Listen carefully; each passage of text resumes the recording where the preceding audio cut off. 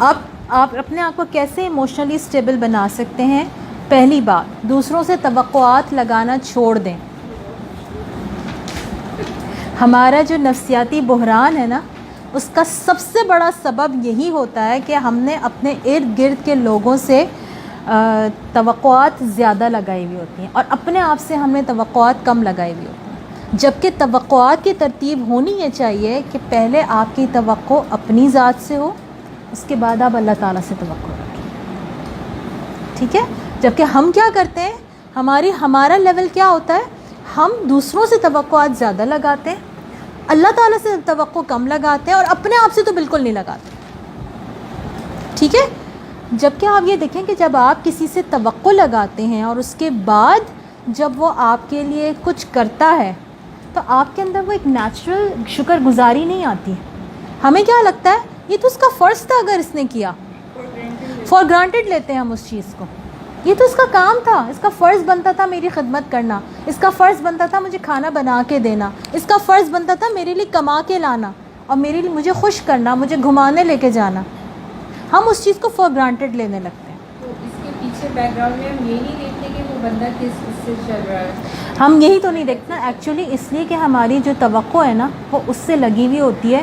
وہ جب پورا کرتا ہے تو ہمیں لگتا ہے کہ یہ تو اس کا کام تھا، اس نے کر دیا. لیکن جب آپ توقع نہیں لگاتے اور اس وقت جب کوئی انسان آپ کے کسی کام آتا ہے نا، تو اس وقت اس کے کام آنے سے ہوتا یہ ہے کہ آپ کے اندر ایک نیچرل شکر گزاری اس انسان کے لیے آتی ہے.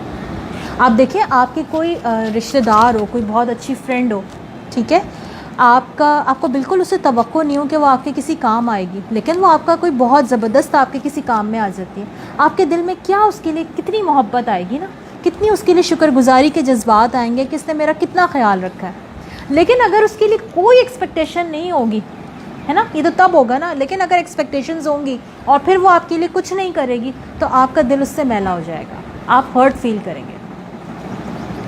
ٹھیک ہے؟ سیکنڈ آ جائیے، اپنے جذبات کی نگرانی کریں. اچھا، کرنا کیا ہے، آپ نے اپنی جذباتی کیفیت پر بھی کڑی نگاہ رکھنی ہے. کرنا آپ نے یہ کہ آپ نے ایک چھوٹی سی ڈائری بنانی ہے. ٹھیک ہے؟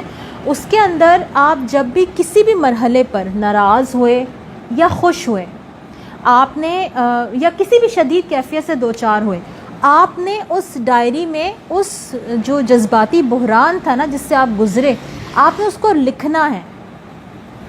آپ نے اس کو ڈیٹیل میں لکھنا ہے.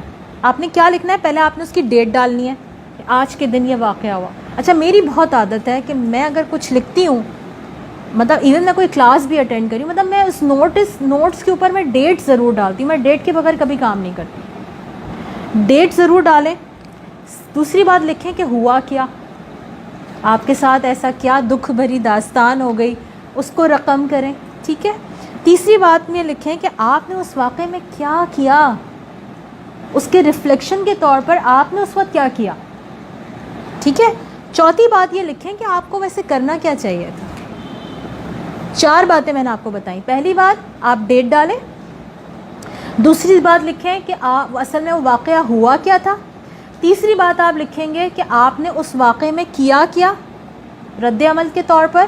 چوتھی بات آپ یہ لکھیں گے کہ آپ کو اصل میں کرنا کیا چاہیے تھا. ہو سکتا ہے کہ آپ نے بہت اچھا کام کیا ہو، ٹھیک ہے، لیکن اس کے بعد آپ کو پھر یہ پتہ چلے کہ آپ اس سے اچھا اور بھی کر سکتے تھے.